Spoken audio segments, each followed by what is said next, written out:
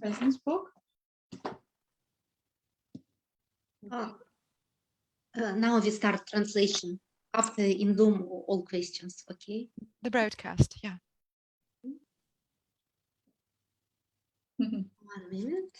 I will check the quality of our translation. Transmitting.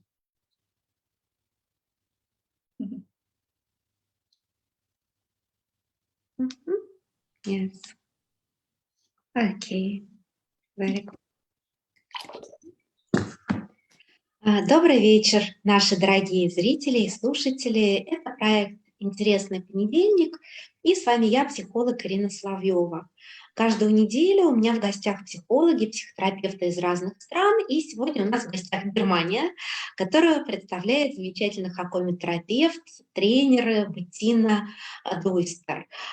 Тема, которая сегодня будет в эфире, это тема любящего присутствия. Это одна из центральных тем метода, и такой очень важный вопрос, как любить, как принимать, как прощать себя, что здоровая, что нездоровая любовь к себе. Если вам есть что сказать по этой теме, поделиться, спросить, пожалуйста, пишите комментарии, будем рады, все Беттине в эфире зачитаю.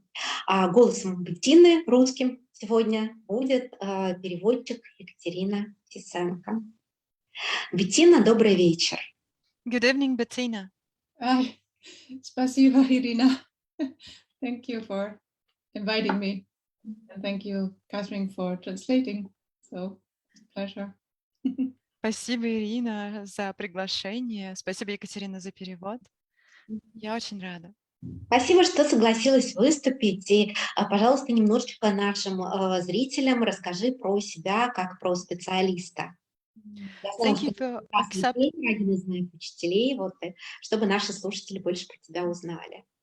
Thank you for accepting our invitation. And please, Bettina, would you be so kind to share with our viewers a little bit about you as a professional, about your experience? You're one of my teachers, and I'd love our audience to learn more about you. Yeah, so thank you so much. Yeah, so I live in Germany. I always like to share I'm a mother of 4 adult children, which is really important to me, and I'm a grandmother now, so that's to me always something that's really meaningful. And yeah, so I'm teaching Hakomi. I learned Hakomi over 20 years ago in Mexico, where I met the creator. Yes. Ну что ж, большое спасибо за этот вопрос. Я живу в Германии, и я мама 4 взрослых детей, и уже даже бабушка. Для меня это очень важно, и это что-то очень значимое для моей жизни. И я обучаю хакоми. Я познакомилась, я обучилась хакоми сама около 20 лет назад в Мексике, когда я познакомилась с создателем метода. So I met the creator, and instantly when I met Hakomi, I was so fascinated by it, and I had a feeling of you know, it has a field of feeling of to be received, to be seen, and so I just wanted to know more about it. И вот я познакомилась с создателем, и в те же мгновения, как я узнала о хакоми, я была совершенно очарована этим методом. В хакоми есть такая атмосфера, такое поле ощущений, связанных с тем, что тебя принимают, тебя замечают. И я ощущала, что мне очень хочется больше узнать об этом методе. And so to me, it's an amazing way of being with others. Not only teaching, but also I'm working with clients, and it's actually, if I would say what's the essence of it, it helps me personally to be a better human and to know more about this path of transformation, of healing in myself, of knowing that this way of working is not just I'm giving something or I'm helping people to know them better, but I learn to know myself better, and it becomes a way of an exchange between humans. So that's what comes to me in the essence. И это совершенно изумительный способ совместного бытия, пребывания друг с другом. Я ведь не только обучаю хакоми, но для меня это также способ находиться с другим человеком, в том числе и с клиентами. Хакоми помогает мне лично становиться более лучшей версией самой себя. И ведь речь не только о путях трансформации и исцеления, не только о том, что я даю, помогая другим людям, но и о том, что я узнаю себя лучше каждый раз. И для меня это удивительный способ взаимообмена между людьми. Yeah. Мне хочется нашим слушателям сказать, кто еще не в курсе, некоторые книги по Хакоми методу переведены на русский язык. Я в комментариях даже сейчас напишу. Есть книга Рона Курца и есть книга Рона Курца в соавторстве с Доной Мартин, которая так и называется «Любящее присутствие». Well, and here I'm really willing to tell our audience that there are some books about Hakomi translated into Russian, and I'm going to share the links with you. Yes. The one book is by Ron Kurtz, the creator of the method, and another one is by Ron Kurtz and Donna Martin, and the name of the book is the same, The Loving Presence. Yes. Мгм. Mhm. Расскажи нам, пожалуйста, что же такое любящее присутствие в Хакоми методе? Please, Bettina, share with us what's that like, the loving presence and the method of Hakomi. Yeah. So Hakomi is, in the first place, that we become a company for someone in their path of self-discovery. And Да, прежде всего, Хакоми сообщает нам о том, что мы становимся компаньоном, попутчиком другого человека на его пути самораскрытия, обнаружения себя. yeah, and we in the self-discovery we apply in a specific way mindfulness or a way of paying attention to our inner organization. И в процессе этого открытия самих себя мы определенным образом используем свою осознанность, свою внимательность, то есть определенным образом обращаем внимание на свою собственную внутреннюю организацию. Mhm. To bring into consciousness something about ourselves that wasn't conscious, that we didn't know, that causes suffering in our life. И мы стремимся внести в осознание что-то о самих себе, какое-то знание о самих себе, которого мы прежде не осознавали, не замечали, а что-то, что ранее причиняло нам страдания. And when it's in our consciousness what causes suffering, we can respond in a different way to it. We work around having choice, having new possibilities, experience ourselves in a happier way, having happier relationships. So that's kind of the essence of the method. И когда мы привносим в наше осознавание вот эти неосознаваемые нами вещи, связанные со страданием, у нас появляется возможность по-другому откликаться на происходящее, у нас появляется возможность сформировать другие способы и совершить другие выборы. Открываются возможности к тому, чтобы переживать себя гораздо более счастливым образом, выстраивать более счастливые отношения. В этом самая суть метода. Yeah. And so emotional healing needs vulnerability.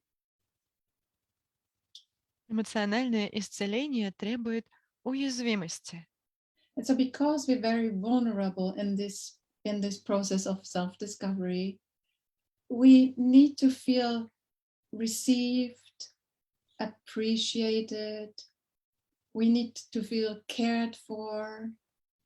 We need to feel safe enough to be vulnerable. И так как мы очень уязвимы в этом процессе открытия, обнаружения себя, нам необходимо, чтобы нас воспринимали, нас ценили, о нас заботились, и чтобы нам было достаточно безопасно. And so it's very important who we are, in what state of mind we're sitting when we're supporting someone in their self-discovery. It matters what kind of human we are.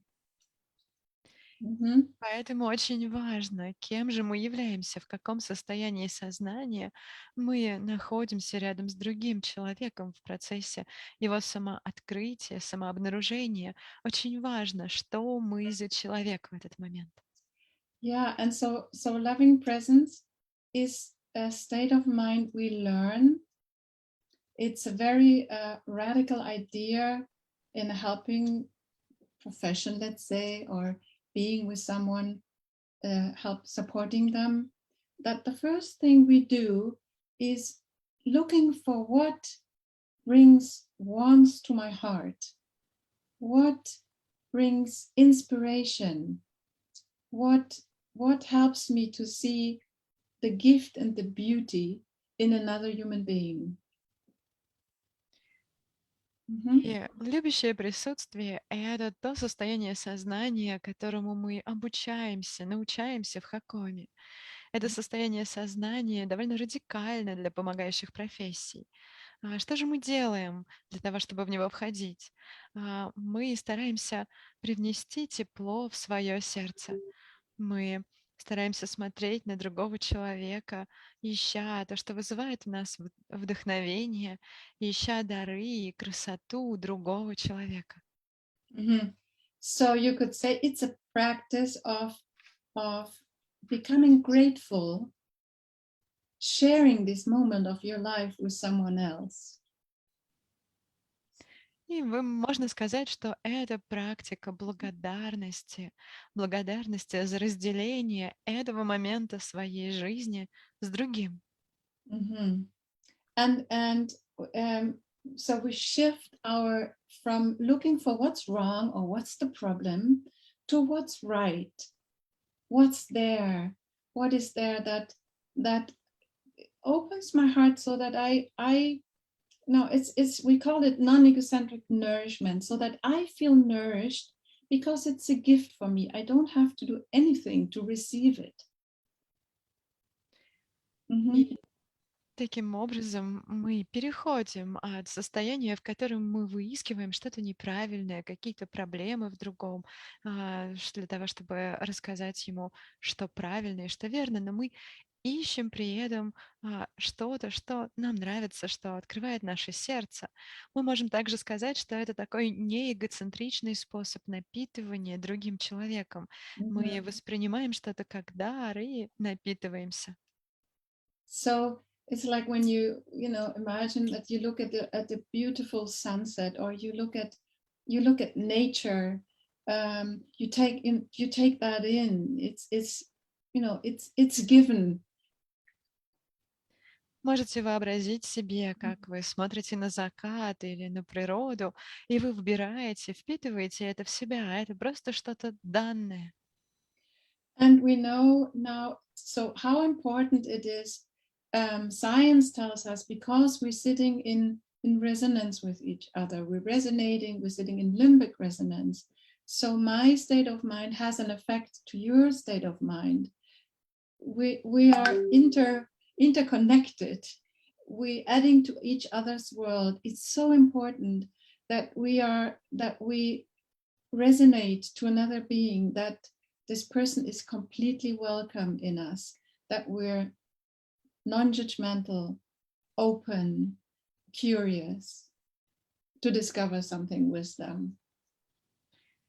И это очень важный момент. Сегодня нам известно, что наука подтверждает этот совместный резонанс. Когда мы находимся рядом с другим человеком, мы находимся в лимбическом резонансе с ним.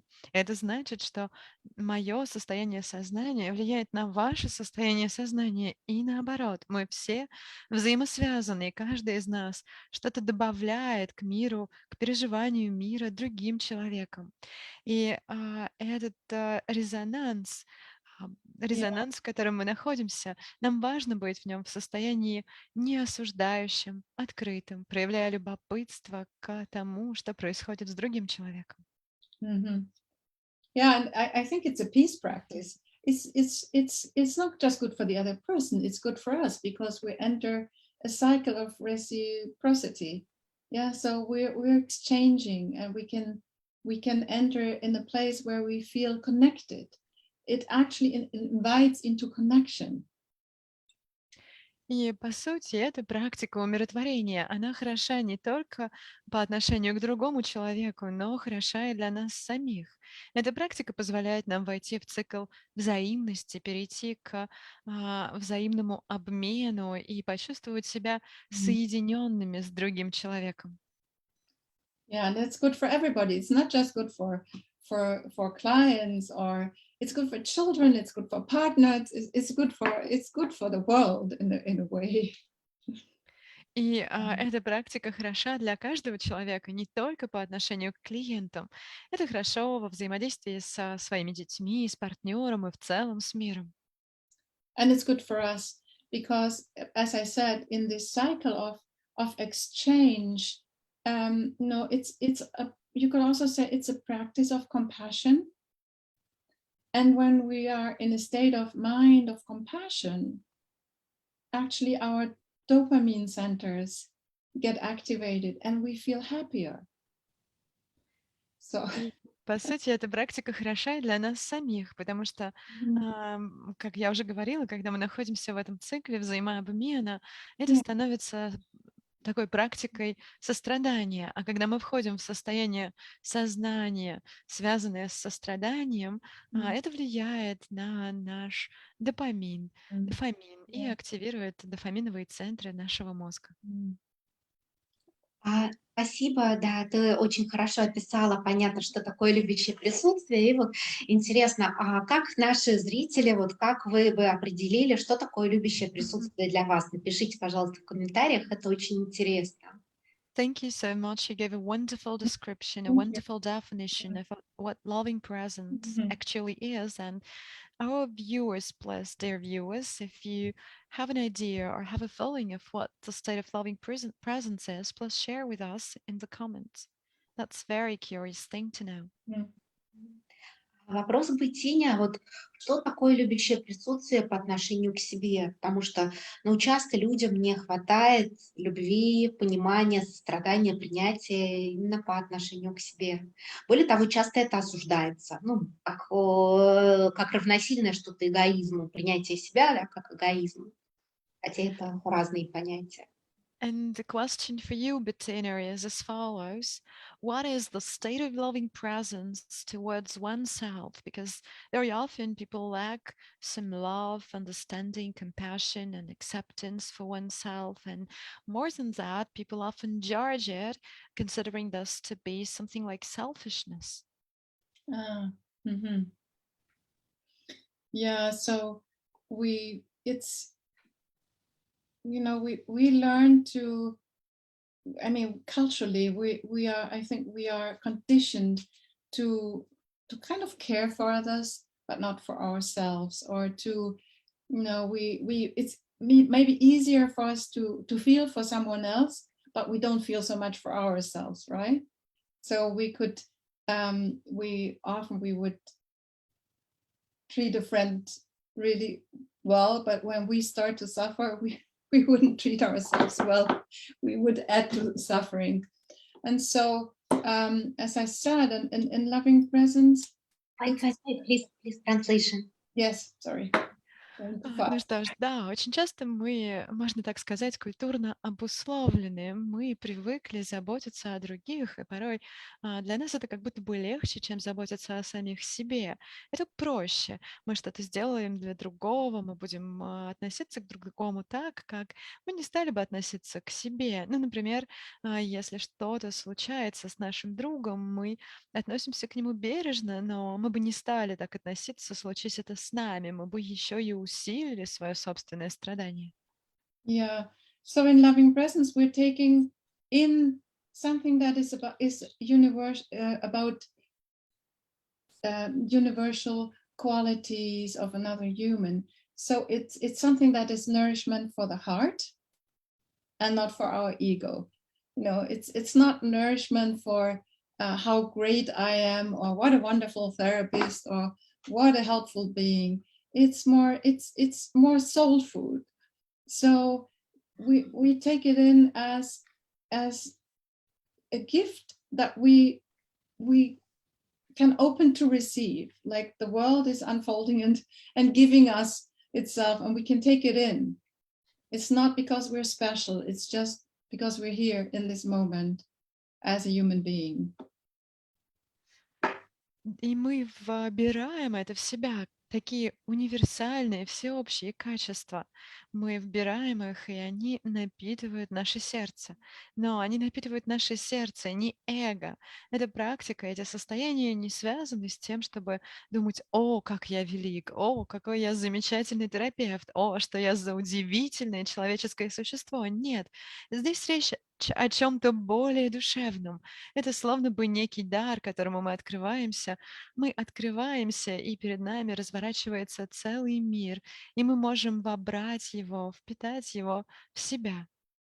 Mhm. У нас есть комментарии. Вот Наталья дает определение любящего присутствия. Для нее это спокойное принятие. And we've got some comments. Natalia sends us a comment. She's giving a definition of loving presence, and for her, it is the state of calm reception, acceptance. Yes, it goes together with calmness because it helps us to be present. It helps us, we enter a state of relaxation because we're really trusting that this moment and how the moment is unfolding, and trusting in another person's, you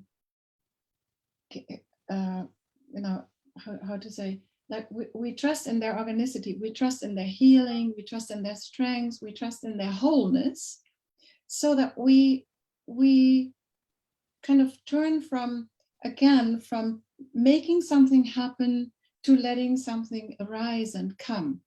And that is an invitation to lean back a bit, instead of, from figuring out and doing, more to a state of being. Да, действительно, это состояние идет рука об руку со спокойствием. Любящее присутствие — это состояние, в котором мы входим в расслабление, доверяя моменту, который разворачивается перед нами, доверяя другому человеческому существу, доверяя его органичности, доверяя его способности к исцелению, его сильным сторонам, его целостности. Мы переходим от попыток что-то сделать, как-то что-то исправить, к тому, чтобы позволить чему-то прорасти и прийти.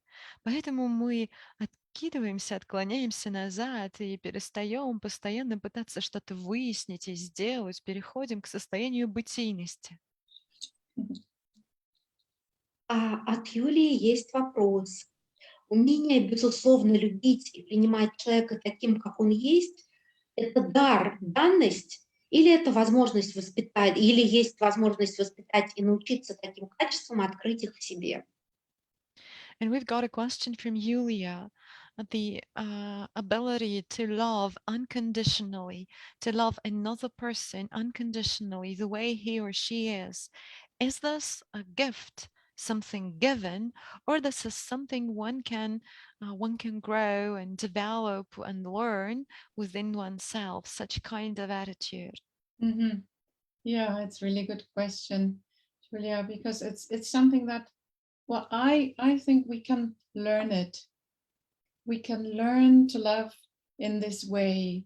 So loving presence practice for partners, for example, is really great, to start to look for what is it that this moment in the other person is giving, what's the gift in the person.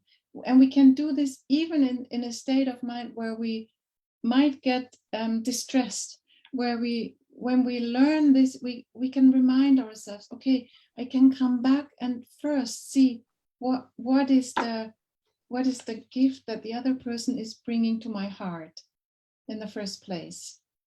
And I think compassion, real compassion as a state of mind, is not making differences. Oh, I'm compassionate with this person because I like this person, and I can't be compassionate with this person because I don't like the person.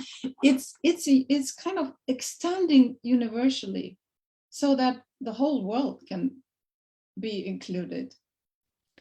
Да, это действительно очень хороший вопрос, и это то, чему, на мой взгляд, мы можем научиться.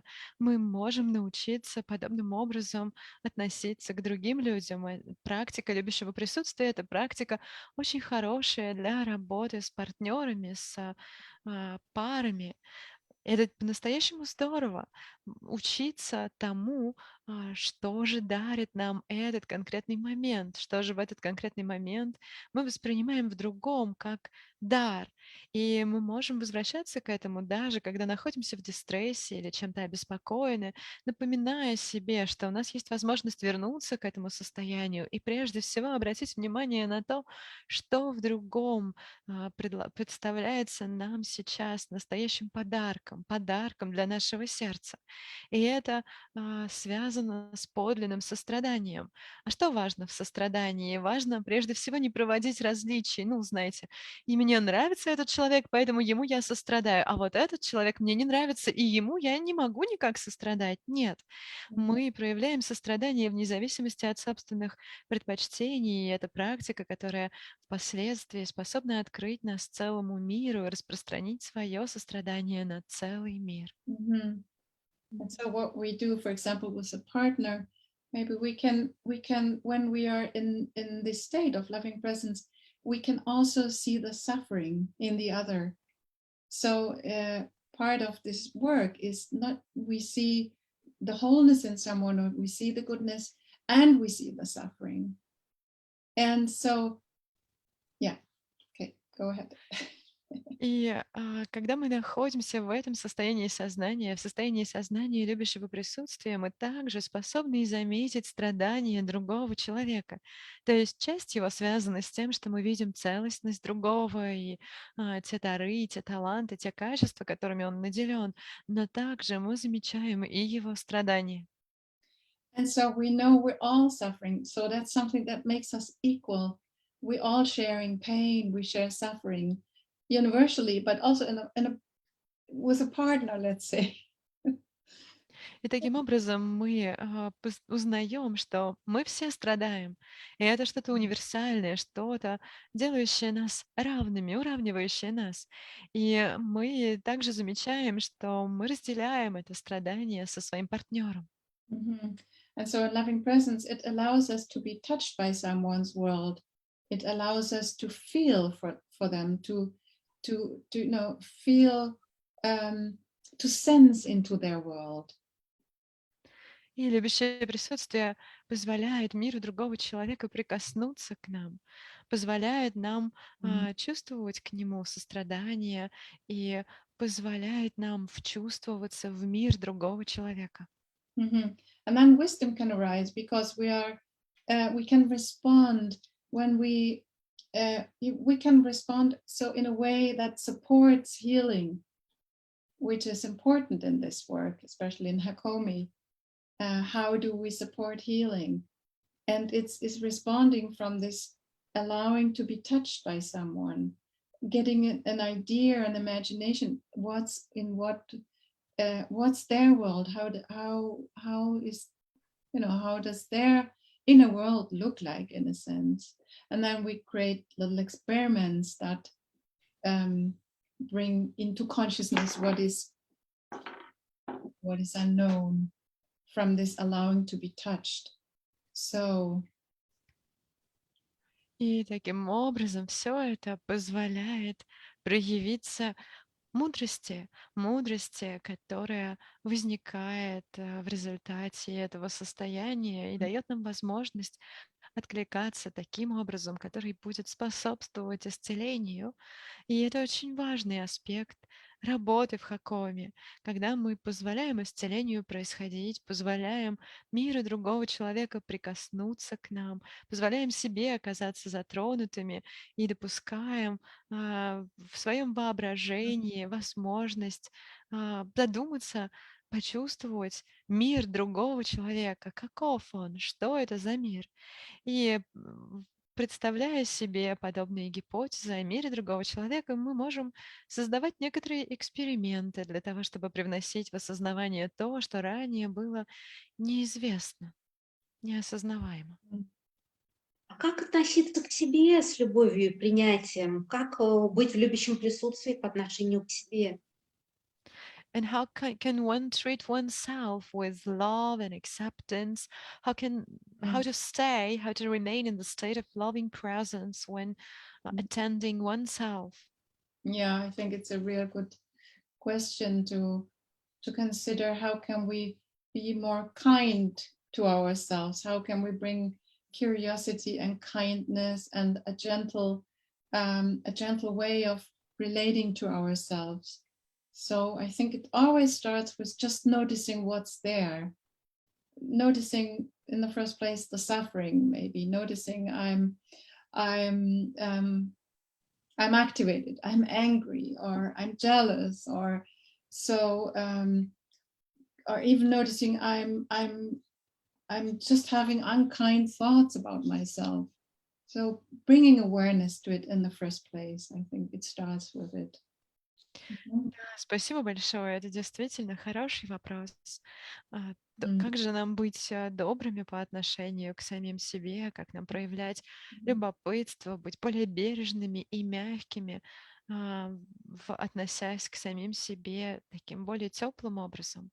Я думаю, что все начинается с того, чтобы просто замечать то, что присутствует.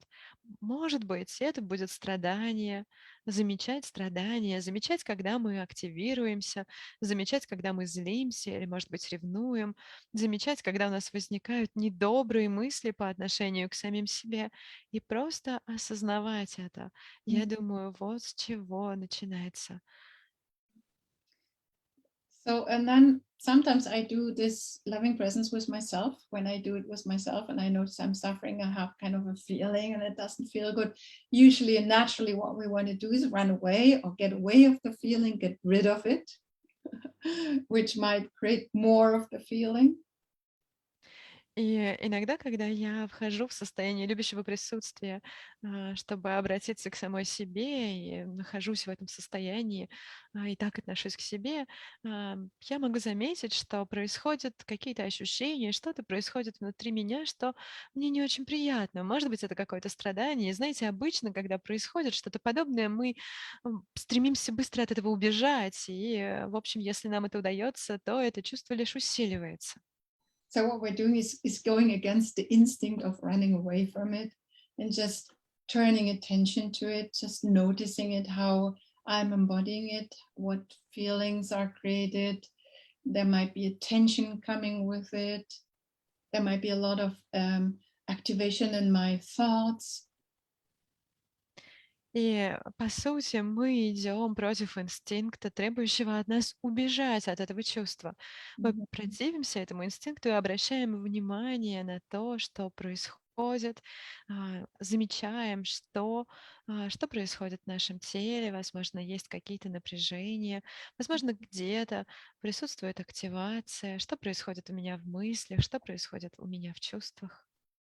And then what I do is when I've noticed it, I might touch myself because sometimes touch is soothing. So it helps a little bit to calm down. I might touch my heart or my belly and just notice and do a few conscious breaths, just breathing a little bit with it.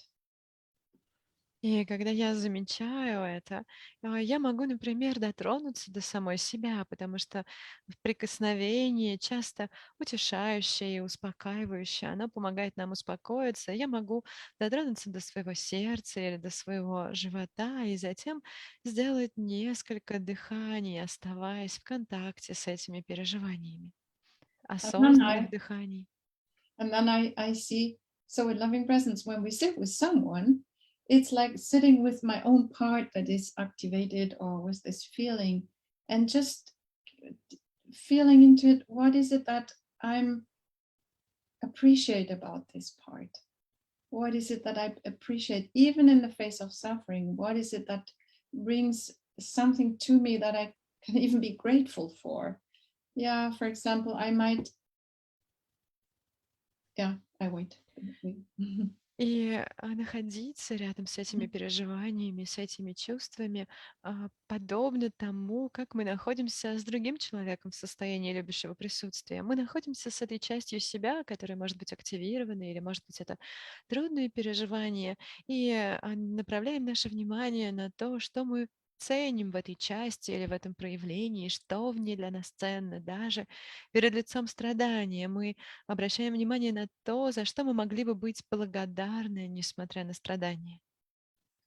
Then I might listen a little bit. What is it telling me? What is the human need here? What is behind this feeling? Is it like the need for acceptance, or is it a need for to be good enough? Is it a need for love or for belonging? What is actually here happening that feels like it's needed?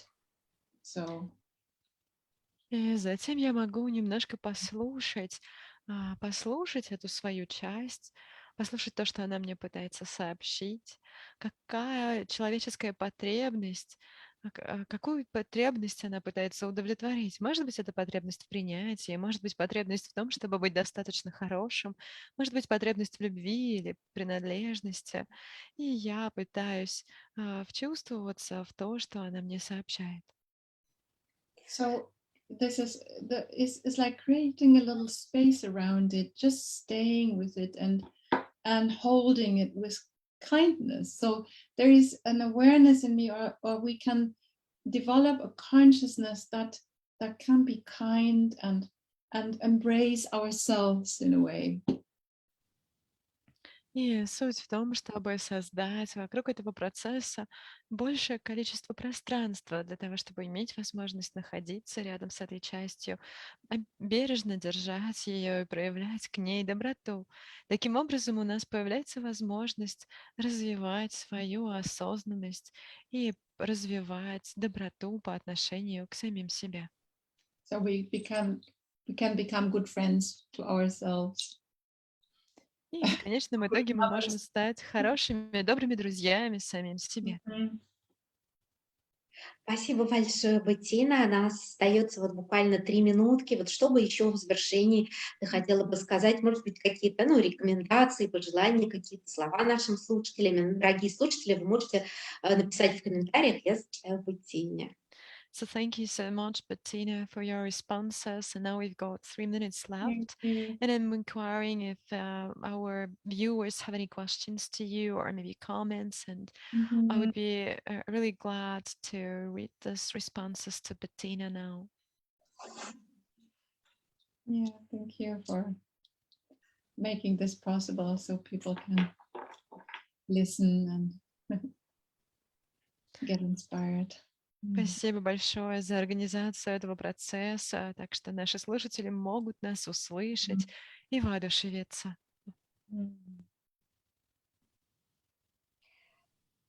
Спасибо тебе большое, вот, что вот ты приняла участие в этом выпуске, поделилась своими знаниями, опытом. Thank you so much for taking part in this series, in this episode, and for sharing your knowledge and your experience with us. Надеюсь видеть тебя еще в гостях у проекта, и здорово, если ты сможешь приехать снова в Россию, будет здорово с тобой снова увидеться. I'm hoping a lot to see you next time once again as a guest of our project, and of course I'm looking forward to your arrival, to your coming back to Moscow once again. Thank you so much. Thank you. Большое спасибо. Спасибо. Спасибо. Thank you, Catherine, for translating. Спасибо нашему голосу Екатерине. Yeah. Спасибо нашим дорогим зрителям, слушателям за ваше внимание, за ваши комментарии, кто смотрел в прямом эфире, кто будет смотреть в записи. And thanks to our audience, to our viewers for your comments, for your attention. And also thanks to all those who are going to view this video on a record. Также в моей группе Фейсбука и на Ютубе, дорогие зрители, вы можете найти видеозаписи с интервью с Хакоми-тренерами, с Беттиной, с Каролайн Брэем, с Донной Мартин и другими прекрасными специалистами. And dear viewers, you may as well find the record of this video with Bettina on my Facebook and my YouTube channel. And you would also find there other videos about Hakomi with Caroline Braham and Donna Martin. До новых встреч! So see you soon. Thank you. Bye bye. Bye bye.